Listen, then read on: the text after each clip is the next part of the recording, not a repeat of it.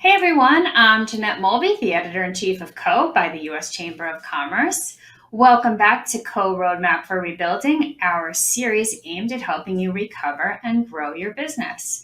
Thank you so much for taking the time to join me today. So today we're talking about one of the most important skills you need to be a successful entrepreneur, leadership. We'll discuss the mindset and strategies you need to be an effective boss, and then we'll share tips for keeping your team motivated and engaged. Now, as we go along, you can answer our poll questions and ask the speakers questions of your own by using the box on the right side of your screen. Before we get started, I want to thank our supporting sponsors, ADP, FedEx, MetLife, Square, and Staples Connect. We really appreciate your partnership in this series. We'll start today's discussion with a conversation on leading your business successfully, even in challenging times.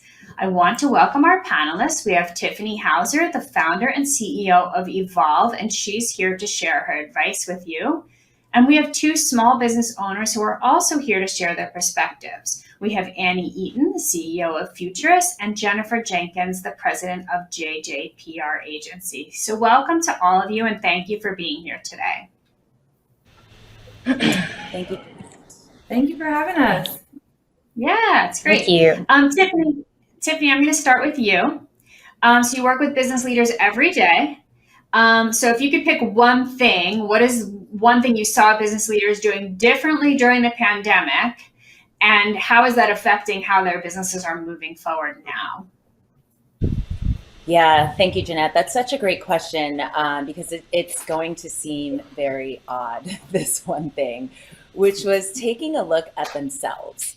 So I know when the pandemic happened last year, a lot of leaders and specifically entrepreneurs, small business owners, we were quick to jump into what do we do? Getting in that strategy mode. And what we saw here at Evolve and what really worked was pausing because the pandemic gave us a lot of time and really taking a look at how we're showing up as a leader. So taking a look at our leadership style, which is ultimately our communication style. And we saw last year with the rise of social justice, racial justice, just all the things unearthing last year that we really got to take a look at ourselves and the leaders that are coming into halfway point of 2021 that we see thriving took that time to pause, take a look at their leadership style, connect with values, vision, and what really matters, what they're up to, and then connecting in with each person on their team to create from that space rather than strategy, what else, fix, solve. So that was one of the biggest things we saw over the last year. If you're a person who really was focused just on putting out fires this past year and really didn't have the time or take the time to have that introspection, do you feel like it's too late, or can you still do that now? It's never too Asking late. for a friend. Yeah. and I might be your friend because I am definitely in that space myself. It's never too late to take a look at who we are and, especially for our business as I think it's safe to say that we all want to grow and scale our businesses. And when we take a look at ourselves and get out of the nuts and bolts of strategy and scaling and growth, when we take a look at ourselves and what we're up to, it's never too late. And it's never too late because it is an ongoing experience. So who we are today is clearly not who we were last year. And even whenever we started our business. So for us, it's been about 4 years. And, I also have a private practice. That's 11 years. I'm very different than who I was and how I lead and where I'm going next. So yeah, it's never too late to take that moment to take a look within and work from that aspect. Let's get specific about what kinds of changes people can make. So like if I'm a person leading a team, I can't become a new person, but what are the top most impactful thinking shifts I can make to lead my team in this new world? Yeah, well, one of the biggest things we heard from our clients was trust. So creating trust again, not again, but some companies didn't even have it in the first place. It was like we were really good at what we were doing. So focusing so much on the technical skills that we forgot that we are a collective of people, of human beings. And so taking a look at trust through the lens of let's have some real conversations here. What do you really want to be creating here? So then we can bring in the strategy and what we're up to. What do you want to create? And this is a great time of year to do it because we're about to move into the second half. And if we're working quarters, we have 2 more awesome quarters to create. So connecting with first ourselves and then connecting with each person on our team, taking that time for those one-on-one conversations on where are you and what do you want to cause and create for the rest of this year?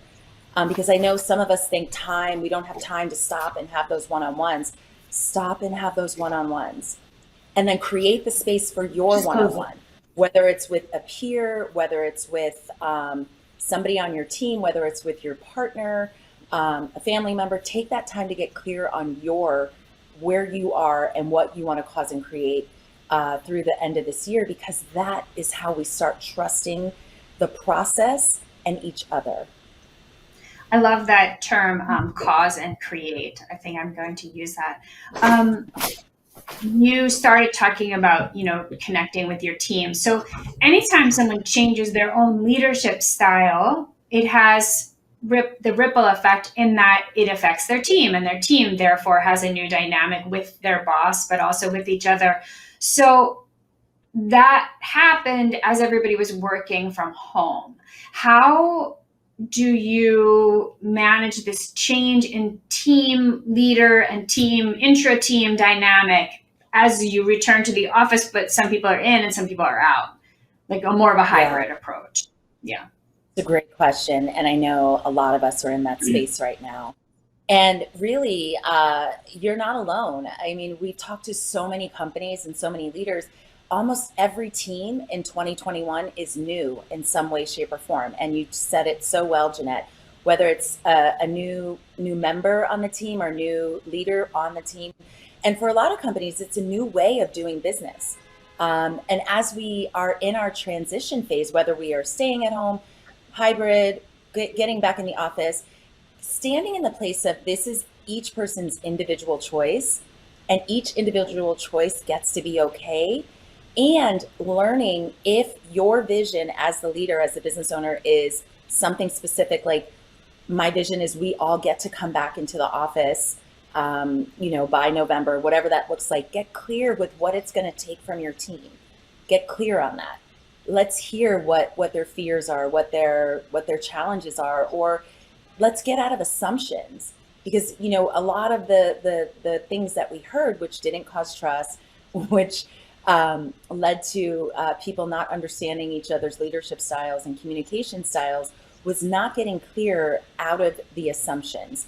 So really taking the time to let's get clear with each other rather than making the assumptions, and let's create it together. So moving into a space of co-creation rather than it's all on my shoulders as the boss or the leader or the CEO. I don't have to make this decision by myself. Let's all make it together. And when we move from a space of that, even beyond work environment, all decisions, we make them together in some way, shape, or form, the needle moves forward so much faster. Great. That's great advice. Thank you, Tiffany. We will come back to you during the Q&A, but I want to bring in our small business owners now to add to this topic. So Annie, I'm going to start with you. Your company has been totally virtual, and you're all starting to come back into the office, just like what I was just talking about with Tiffany. So what kind of strategies are you finding are really important for you as the leader of the team, and how are you handling this new reality?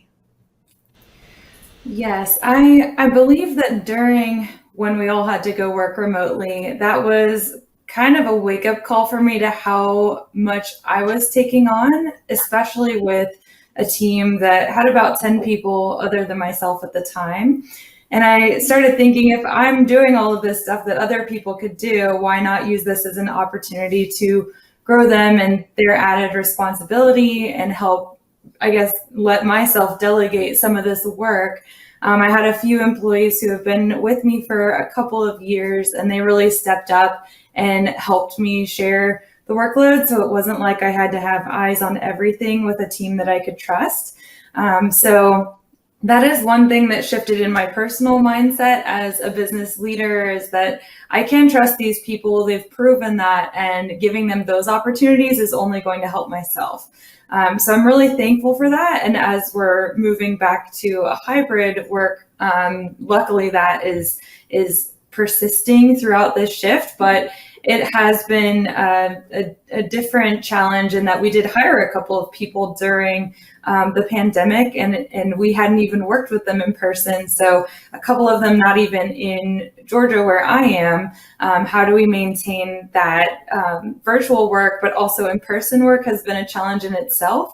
But in really being intentional with how we schedule meetings, it's been okay. So still working through it, but I think that shift in responsibility to team members who have really proven themselves has been a huge help through all of this.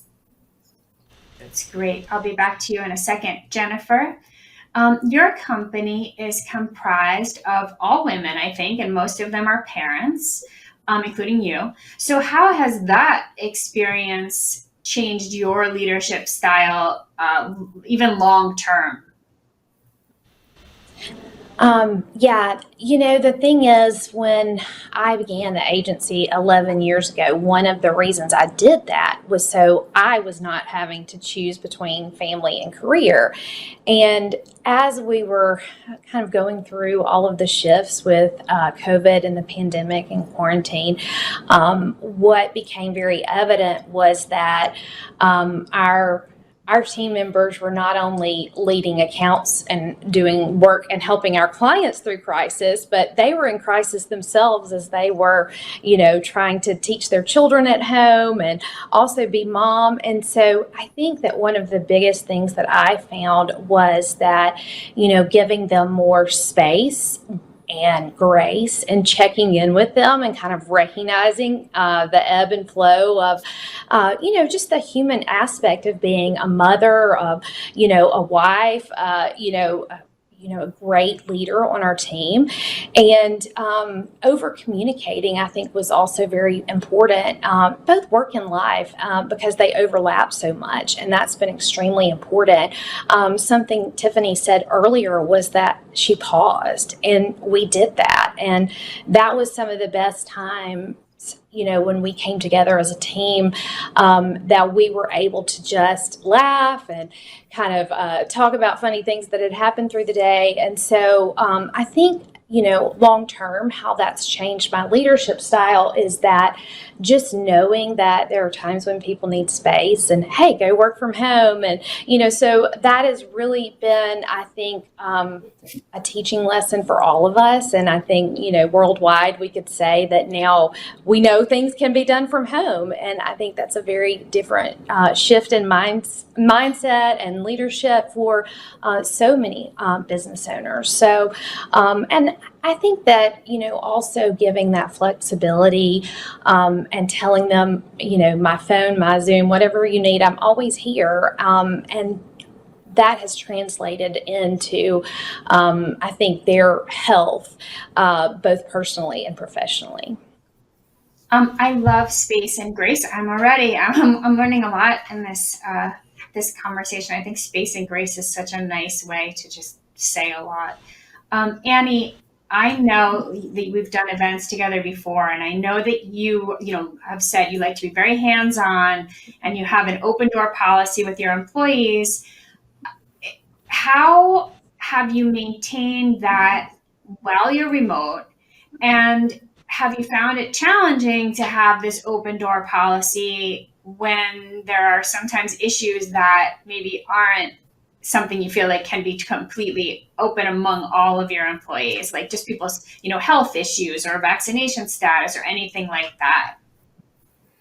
Yeah, so we have had really good luck transitioning to digital, and that's partially in part because we're a bunch of software developers, self-proclaimed nerds. Like, it was a much easier transition for us than other people.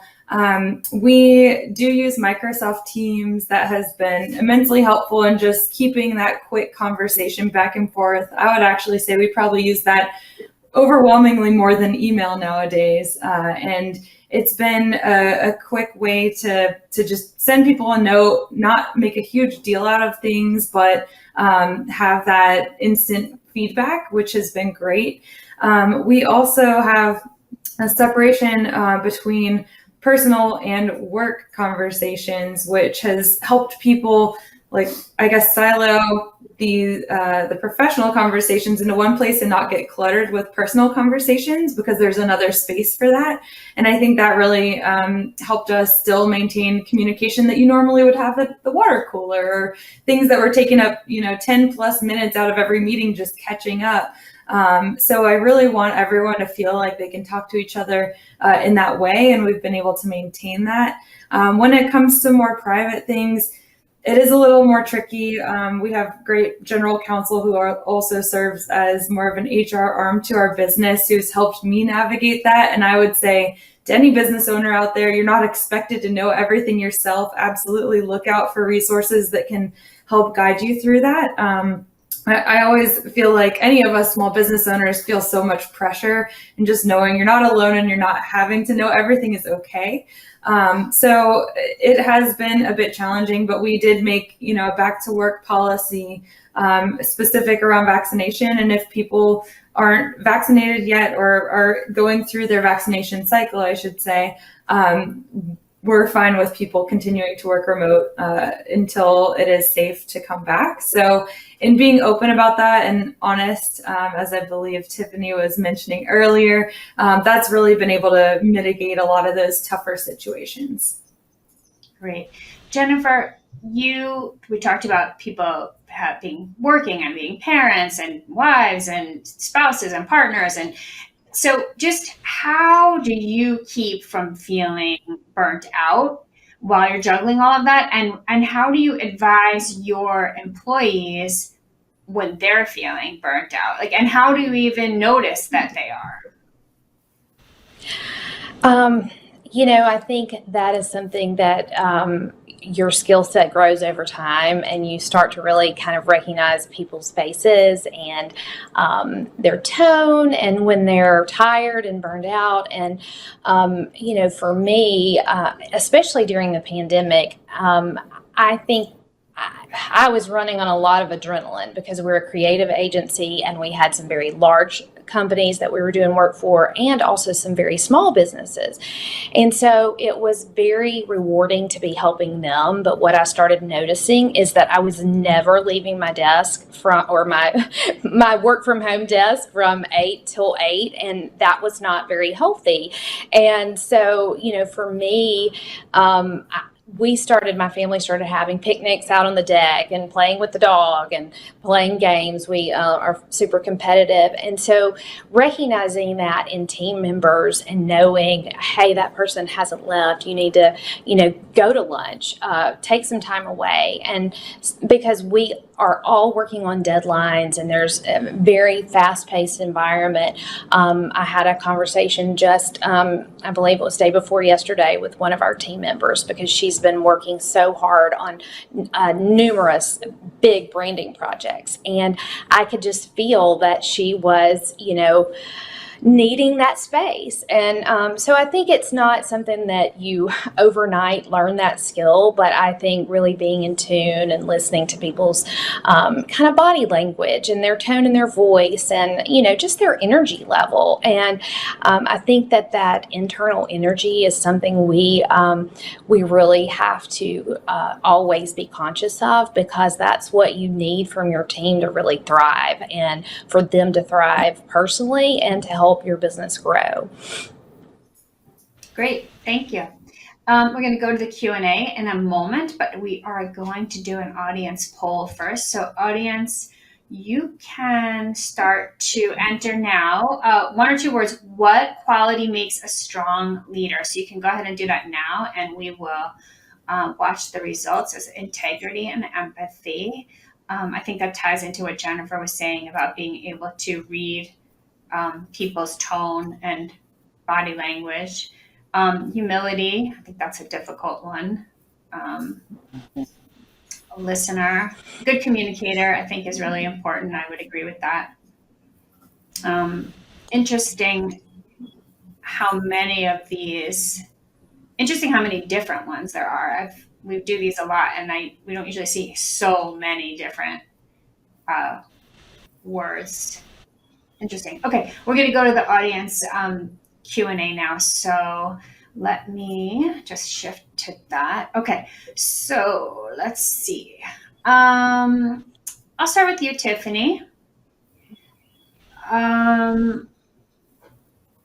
What experience in business has defined you as a leader the most, Tiffany? Ooh, that's a great question. The experience that has defined me the most is, and it's so interesting, you just said humility, because I tend to be a very bold risk taker, and it's when I just shared with my business partner and team, I am afraid. I don't know where we're going. Our calendar last year went from full to empty really quick, but not empty where it was like, no, we can't. It was just like, we just can't right now. And while we're figuring things out. So really just, and sharing that. So not keeping it to myself, sharing how, concerned I was, but not that, I'm going to take that word back. That's a fluffy word that we coach leaders around. I was scared. I was scared and nervous and a little anxious, and just really standing in a place of, wow, this is different, because I used to just really focus on that solution problem solving. So when you hear what I shared earlier, I also practiced that myself, which was taking the pause and taking a look at what matters most. So yeah, just being honest and transparent with my team and my partners around, I'm afraid. And it actually opened up the space for them to be the same. And we had an incredible conversation around all of it. Plus then, like, all of your energy isn't on concealing that, and you can use your energy to figure out what to do, right? Absolutely. Annie, this one is for you from me. I mean, it's an audience question, but I'm choosing it for you. How do you know you're striking the balance between over communicating and under communicating? That's a tough one for me, because I sometimes am guilty of over communicating with people. We actually all did a group session on our Clifton strengths. Not sure if anyone in the audience has done that, but one of my top 5 is communication, and it can get me in trouble sometimes. So I do have to consciously reel it back. There is a point, I like Tiffany, do want to admit when things are uncertain, but there is a line where I don't want my team to be so worried that they start looking for other jobs. And if it does get to that point, we would have that conversation. However, I don't want to distract them from doing their best work. They also have conveyed with me, because I asked them directly, how much do you want to know? And some of my developers will say, I like ignorance sometimes. Like, I want to be able to focus in my own little world, but I do want to know, what projects might be coming up, or if the company is going to take a shift, things like that.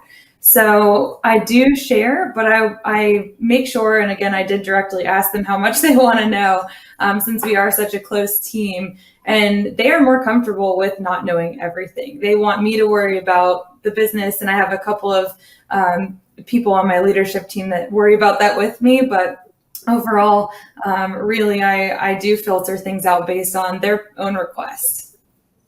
Yeah, that's so interesting that sometimes when you make the assumption that people want to know everything, and actually they want you to protect them a little bit and take on some of that burden so they can focus on their work. Jennifer, I would like to ask you the same question that I asked Tiffany, which is, what experience in business has defined you as a leader the most? Only because I suspect that since I asked her that question, you might have been thinking about it for yourself. But so. Oh, that's a tough one. I really would say I think leading a very small business through the pandemic was something that any small business owner should be very proud of if you've come out on the other side. But I think that it was a challenge, and I learned a lot about myself. I think that that humility. I think actually Tiffany, what she was saying about being scared. I am. It's hard. We would have lots of calls for new business coming in, and then it was like 6 weeks of silence. And then in May, I started to hear the phone ring, my cell phone from home, and we started seeing a little light peeking through the curtains. And so it was a scary time. And I think it's a very, very trying time that I'm proud that I've been able to lead a team through. Great. I have time, I think, for one more, so I'm going to come back to you, Tiffany, because you'll be leaving us after this. So if you could just give one piece of advice to someone who has really never led a team before, and they're like a beginning leader, what would your advice to them be? We've said it. I think all three of us have hit it in our own unique, authentic way. Annie and Jennifer, just appreciating what you're sharing as well. And we are not alone. And leadership is about all of us. It's not about a title or me. It's about all of us. So when we stand in a place of, I'm building a team, and our coaches and teachers and parents used to say, there's no I in team.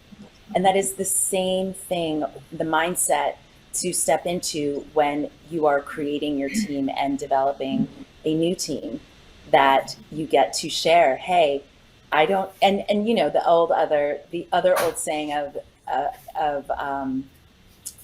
I'd rather not be the smartest person in the room than I know I'm up to something really good is cooking here. Might be paraphrasing, but just knowing it's not, the responsibility and the weight and the pressure is not all about me, the business owner. That actually, when I do create that first team member, wow, now I have someone to share, not only just responsibility, but this thing that we're up to, whether it's a service or a product, and knowing that, team is highly supportive, and it does not mean one leading from the top. It's all of us leading together. That's a great place to end it. So thank you, Tiffany. I really appreciate you joining us and giving us your advice today. My pleasure. Thank you. Thanks. Annie and Jennifer will stay with us for our next discussion. So we're going to shift gears now, and we're going to talk about how to put your leadership in place. We know that the success of your business not only depends on your leadership, but your company culture as well. So for this next conversation, we'll focus on how small businesses can create a strong company culture for the whole team. Our next expert is Melissa Jezoir, the CEO of Eagle Hill Consulting. Melissa works with businesses on effective team management and culture every day, and she's here to share her insights with you. Hi, Melissa. I think that you're muted, so you go ahead and unmute. That's the game of the pandemic, right? Am I on mute? Yeah. That's no problem. Okay, so thank you for joining us. And what we're talking about company culture. So a lot of companies have shifted from in-office to remote, and now we're going back to in-office. So how can leaders ensure that the new culture that has grown as people have been home sort of stays in place, and should they as people return to the office? Great question. So I think it's important to remember two things. First is culture drives business performance, and culture needs constant attention. So I think on the first point, I think businesses really have to pay close attention to culture on a regular basis, especially during a tumultuous time. Because I think it's culture that is really what drives employees' behaviors, and of course impacts how your business is measuring up. So the shift for many companies to a hybrid work environment definitely poses risks to culture, especially since last year, as we all know, right, our in-person interactions disappeared overnight. So the thought of now going back to a hybrid model, I think everyone needs to spend time thinking about what the impact will be on how their culture has evolved over this past year and whether or not it's the right decision for your specific company to be able to return to the office. Another thing to kind of take into account is last year, we did a lot of polling around culture and how US workers found actually low results on cultural confidence. So only 24% said their organization has a culture that fosters innovation and collaboration to deal with the global pandemic. We also found low trust in leadership to navigate the crisis, actually only 32%. And low confidence at 35% said their organization has resilience to withstand the crisis. So I think it's important, and what this says to us is that it's important to really stick to the fundamentals on culture, especially during any changes in shifts, like the potential of going back to the office. We find that a lot of companies struggle with focusing on culture because it feels nebulous and maybe difficult to manage. But I think it's really vital to keep a pulse on culture and how to address it or how to strengthen it. And so that leads me to my second point, which is make sure you're giving culture your attention. And I think given how everything has happened over this last year with the pandemic, it's really important for leaders to examine their culture in the wake of the pandemic. How did it hold up? What may need work? What may not need work? What do you want to keep from the pandemic that may have changed overnight that you didn't expect, that you want to take into our new normal? And that's, I think, really important to think about is what's working and where we want to make tweaks. So, for example, for us, collaboration is a core value. And that really shifted last year because a lot of our collaboration was in person. So we too went to Teams last year, and that's made a huge difference for us. So we're now spending time thinking about if and when we go back to the office, how do we really maintain the virtual part of our collaboration that has shifted, that for us has been really, really a positive addition. And then, of course, a lot of companies are also examining if and how they need to strengthen core values related to DE&I.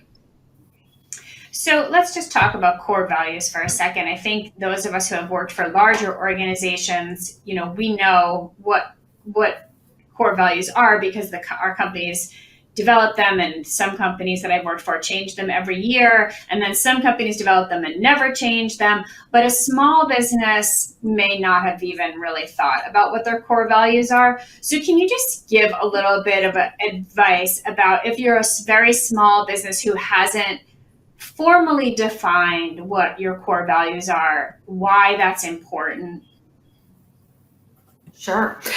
I'm a huge believer in core values. And I think if you spend time focusing on identifying the right set of core values for your company, no matter how small you are, they can really help you as you grow, making sure that those core values stay consistent. So if I remember from when we were super small, and then we would start to grow and grow more and grow more and grow more, I'd always have employees get nervous. Well, how are we going to maintain the culture as we grow? And what are we going to do? And for me, it's always about the core values. So even though what your core values may look like when you're only 2 people, it may look very different than when you're 100 people, but the core value is still alive and well. So for example, for us, family is one of our core values. We come by this honestly. I work with my father day to day. And when we were small, we used to have team breakfasts that my mother would cook, actually, in my parents' house. So she would cook for the entire team every Monday. People loved it. It was amazing. We're now almost 250 to 300 people. Clearly, my mother can't cook for that many people anymore. But one of the things that we do is we try to get the whole company together. And we still do it over breakfast. And we still do it several times a year. So even though that it may look different, again, it's still that same core value, just in its different iteration. Do you think that a company's core values and culture are dependent on leadership? And, how much should that be set by the person running the company versus the employees? And do they change if the leadership changes? So first off, I think it's a two-way street. I think you have to set the tone from the top. And so if you can't set the tone from the top, you're not going to be successful, right? So at a minimum, you've got to start making sure that from the top, you're setting that tone, you're living the core values, you're living them very, very visibly. But I think there's also a huge you have to also do the bottoms up, right? Because as a leader, you're not involved in every interaction around your company. So I think it's the combination of the two that's really important. And the other thing I would say is, yes, core values evolve. In Eagle Hills, I think we've been around now almost 20 years. Our core values have evolved maybe 2 times over the life of Eagle Hill, maybe 3. And I don't think this is something you want to be looking at wholesale every year and starting with a blank sheet of paper. But it is something that as your business grows and as you grow, different stages of growth require different things. And they do require you to take a look and say, is this still make sense? Is this still part of who we are? Is this still important? Does it define who we are? Does it help define who we are uniquely compared to other companies? Getting that balance of being aspirational versus true to who you are and how you're operating are all really, really important to continue to look at. Great. I'm going to bring in our small business owners now, and we'll be back to you in a little bit. Jennifer, Sure. we talked about a lot of your employees are working parents, and that even though you're returning to some sense of normalcy, the world has changed for working parents because there's still a lot of changes in terms of childcare and schools and stuff like that. So how are you taking that in, accommodating working parents now going forward?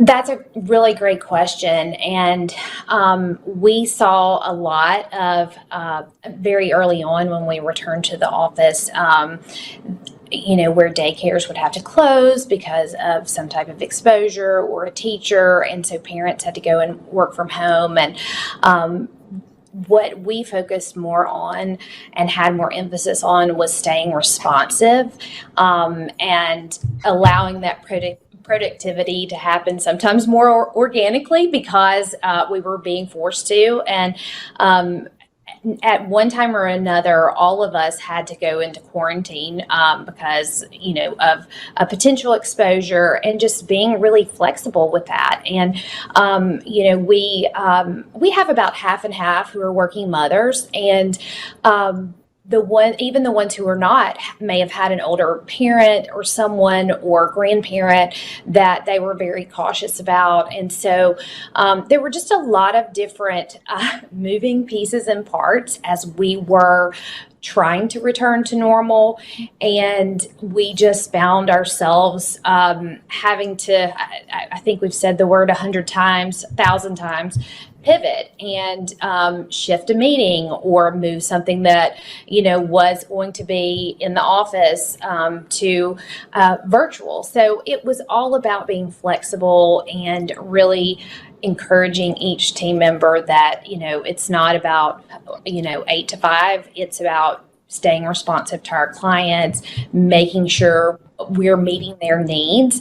And for me, that I'm meeting the needs of my team members who are constantly having, every day turned upside down, basically.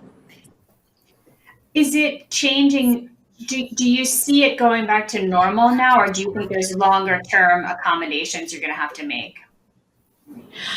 We've seen it really return to normal. I think that we're probably about 90% vaccinated in our office, and that has helped so much. I think with the comfort level of each team member, we were already, when we returned to the office in June, and we did kind of a phased in return approach.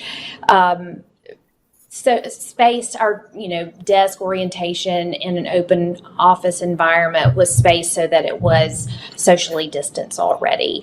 But we also have continued to be really conscious of when someone was feeling uncomfortable. And I think it's very important to listen to that. And so, obviously, with schools, several different schools had different protocols, and we had to just adapt to those. And we all have children at different schools, and one may require a mask, one may not, one may be out because of quarantine, one may not. So I think that we're starting to see that it's going back to normal. But the one takeaway is that we can be flexible. We have the ability to, take our work virtually, work from anywhere, work from home, and be there for, a parent, a grandparent, a child, whatever it is, if that schedule is kind of turned upside down. Yeah, I think flexibility, right, in every way, not just for working parents, but I mean, that's, I think, going to be the long-term takeaway for everyone. So thank you, Annie. Brainstorming and working together as a team is important, but we all also need some time alone to just think creatively, and there's just a whole set of things you need to do by yourself. So as you return to the office, which will help with the brainstorming part, how are you striking that balance and making sure that your team also has that quiet time to focus on that kind of deeper work? Yes, that's a great question. I know a lot of businesses are going through that right now, trying to figure out what the next step is as we are able to move back to the office. And we have taken a hybrid approach. So we decided that we did talk with our employees about who wanted to come back to the office. Every single person said that they wanted to come back in some capacity, but no one wanted to come back 100% of the time, just because we miss that brainstorming and collaborative work. And it really is beneficial to our line of work. We decided to do Tuesdays and Thursdays as work from home days if people choose. They're always welcome to come in. But that does give people 2 days a week that they can work flexibly, work from home, try to schedule appointments or deliveries or things like that if they need to on those days.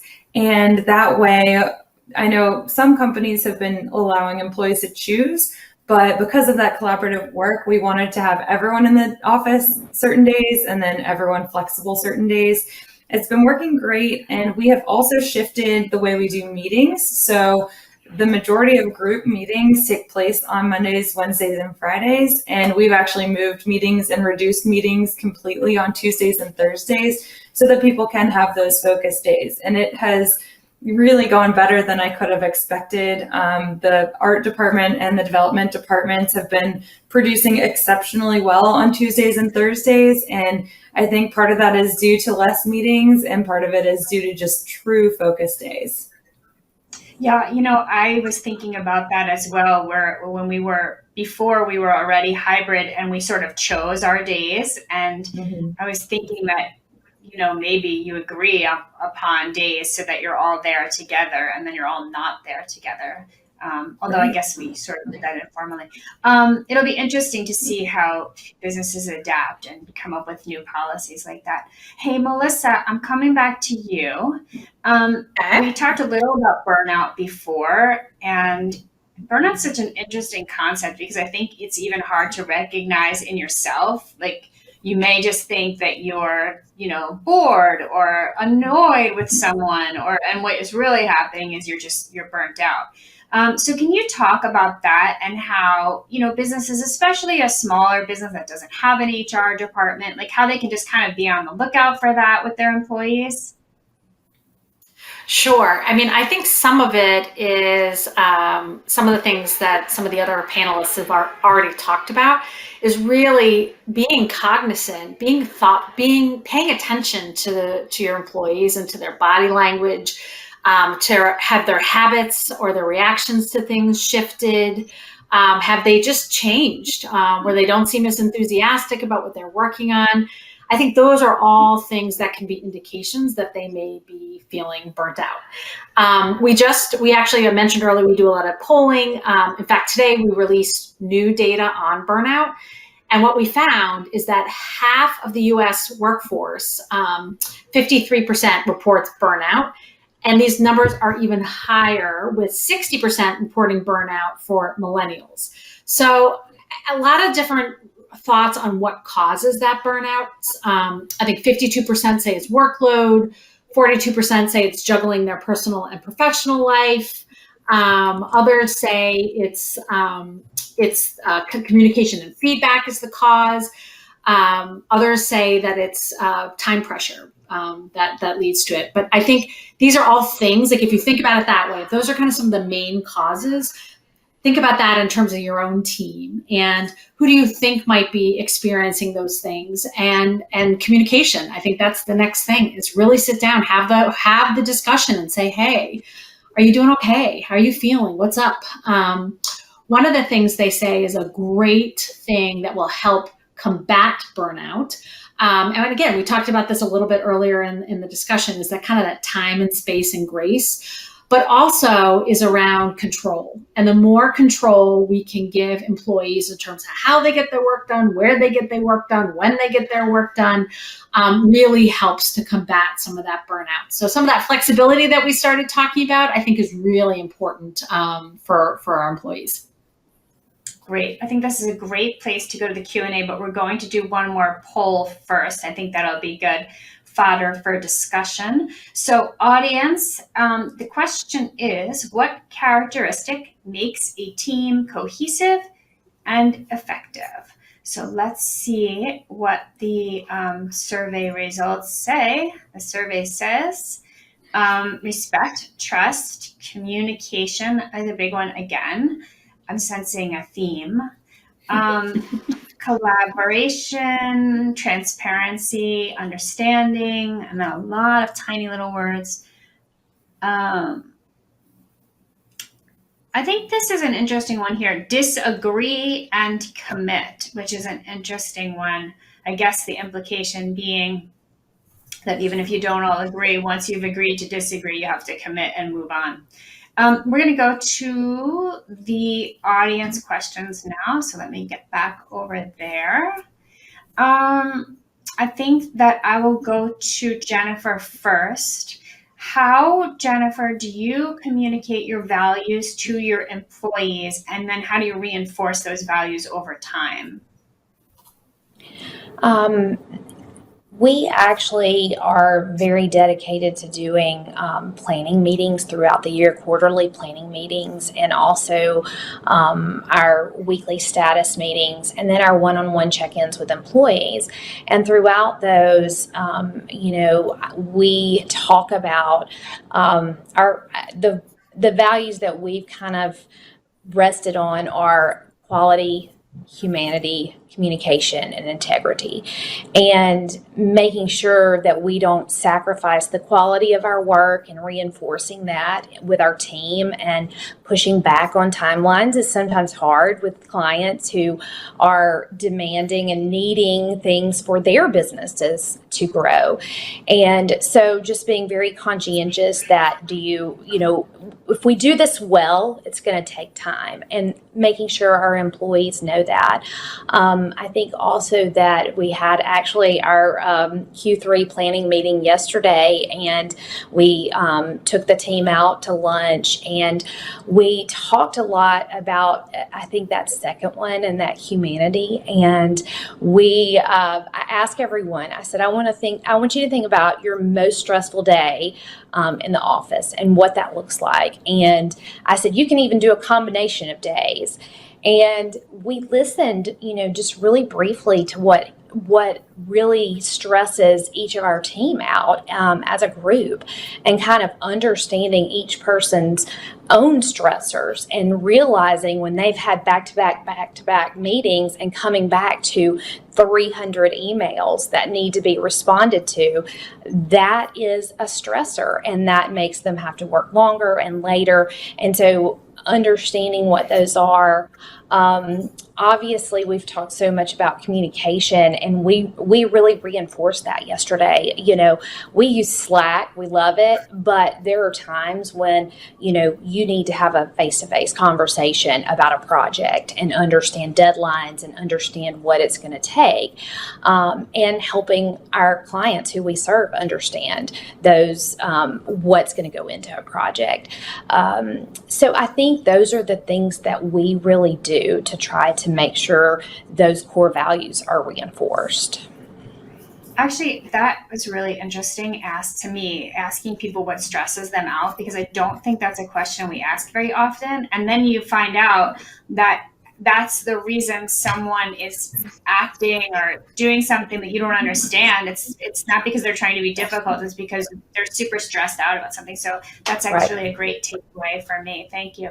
Annie, I wanted to ask you about just work-life balance and how you are making that a priority. You talked about having people work from home part of the week. Do you have any other thoughts on how you're handling that? Yeah, there are some people on my team who really don't consciously make an effort to take their PTO. And especially last year, taking time off was challenging because people were like, I don't have anywhere to go. Why would I take a day off and waste a vacation day? And so last year was exceptionally a difficult year to get them to take that. But as Melissa was talking about earlier, we noticed people getting burnt out because they weren't able to take vacations. So they were filling their time with work, and it was causing impacts in a negative way to their quality of work. So I have made a conscious effort to really check in with people on a more regular basis. Take a Wednesday. I cannot tell you how good it feels to just be off on a random weekday when no one else is off. It's really the most fun thing in the world.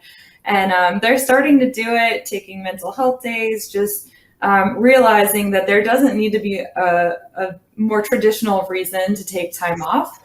And that really has helped. And I think they're starting to understand that it's okay to do that. And it also helps our project schedule if we don't have a bunch of people just cramming in that holiday time at the end of the year or vacation time at the end of the year. So that is one of the more major ways that we've really been trying to push people to balance and take some time off. Great. Melissa, we have some questions about core values, and I think they'd be good for you. So how explicitly do you define and share your core values? So, how specific are you about what your core values are, or do you use more general terms? I feel like Jennifer's like humanity is pretty specific, but even that could mean different things. So can you just tell us, Melissa, about how specifically people should define them and then how to communicate them? Sure. So we are pretty specific about our core values. So we have 4 core values: their impact, their collaboration, family, and fun. And we have definitions around each of those. And then we have behaviors that help explain what it means to live that core value. So that's kind of the first thing I would say is the more definition around these things you can put would be great. Because if you think about something like fun, what that might mean to me might be different than what it might mean to you. So let's define what it means for my company, Eagle Hill. In terms of how we communicate them, I think it's really making sure you're constantly communicating them, whether it be you see someone do something positive and you want to give them a shout out because you're really happy about something they did, tie it back to a core value. We talk about them a lot. If you've got company communications that go out, make sure they're talked about there. We're starting to talk about going back to the office, so you can do the proverbial put the core values on a wall. But really, I think it's more about just talking about them constantly. I talk about them a lot in my company, not only with my own team, but with the whole organization itself, and make sure that it's part of your everyday conversation. Yeah. This person also asked, Melissa, how often do you revisit them? I know you said for your company, it's been like a couple of times over 20 years. What do you think is the best practice there? To be honest, I can't say there's a formula to say every 2 years you need to look at your core values. I tie it more to the stages of growth of your business. So for me right now, one of the things I've even just started thinking about, the last time we did a core value refresh was, let me think, I think it was like the 2000 and maybe 13, maybe it was like 13 or 14 time frame. And I'm starting to wonder whether or not now makes sense again. But it's not because so much time has gone by. It's because of where we are in the stage of our growth of our business, what our vision is of where we want to go, and making sure that we've got everything in alignment in terms of who we are, where we want to go, and what we need to achieve kind of our big goals. Thanks. Annie, we have time for, I think, maybe two, but I think one more question. And I thought it would be interesting to hear your company's core values, because we heard from the other two about what their core values were. And I found them really interesting. So I'd love to hear yours. Yes, we have a much longer list than they do, but we have defined them. But everything drives back to one leading value, or at least a root value, which is designing the future. So everything stems off of that. We're designing the future ethically. We're designing the future we want to live in. Because we've designed future technologies, it fits pretty well with what we do, but it also aligns with a lot of our personal beliefs in really creating the world we want to live in. So it's not as concise, but it all stems from that one root of designing the future. We have time for a lightning round. So I liked that question before when we asked the audience what quality makes a great leader. So I'm going to ask each of you this question. I'll come to you each by name, but think of the best leader that you've ever worked with, and what would you say is what is the one quality that made them a great leader? So I will go, this is like at a restaurant where you're like stalling because you know your husband needs more time. So I'm stalling for a second. Okay, I'm coming to you, Jennifer. What's like the one quality in a great leader? Oh, that's so hard to pick one. And I had to be first. I think transparency. I really, really like transparency with my team. And I think even Tiffany said earlier about being scared, whatever it is that you're working on and what your needs are in the business, in personal life, just being transparent. And I have really admired that in some of the leaders I've worked with in the past. And it's really helped shape my leadership style. Great. Thank you. Annie, one quality? I'm going to say honesty. I feel like it's easier to be honest when things are good. It's a lot harder to be honest when things are either bad or need to change or something needs to be improved. But for the greater good of the team, being an honest leader, I think progresses people towards a better outcome. So honesty. Great. Thank you so much. Melissa, we have time for like a 1 second answer. I would say inspiring, because one of the most important things about a leader is you need to get people to follow you. Great. All right. That is all we have time for today. So thank you to all three of you. We appreciate you joining me. As a fun side note for the audience, Jennifer was one of our Dream Big winners last year for the Woman-Owned Business category.